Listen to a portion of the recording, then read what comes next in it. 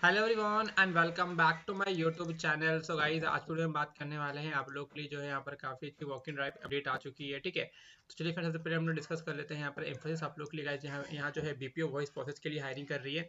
ठीक है, एक दिन पहले आप लोग को जो पब्लिश किया गया है और यहाँ पर आप लोग देखेंगे तो यहाँ पर आपका जो है इंटरव्यू मोड बताया गया है, वर्चुअल होने वाला है और यहाँ पर आपका सारा इन्फॉर्मेशन दिया गया है। आप लोग जरूर गो थ्रू कर देना, जो भी इंटरेस्टेड होगा इस अप्लाई कर सकते हो। मैं आपको इसका लिंक दे दूंगा। इसमें आपका एक्सटेंड इंग्लिश कम्युनिकेशन स्किल्स होना चाहिए, positive attitude, handle voice based insurance process call, resolve customer queries and other to process standards. ठीक है, इसके अलावा pickup and drop facility available है और जॉब मैच स्कोर आपका क्या है, इसके लिए आपका naukri.com का प्रोफाइल एक्टिव होना चाहिए, काफी अच्छे से होना चाहिए। अगर आप लोग को वीडियो चाहिए इसके बारे में आप लोग कमेंट करना, मैं उस पर वीडियो आप लोग के लिए लेके आ जाऊंगा।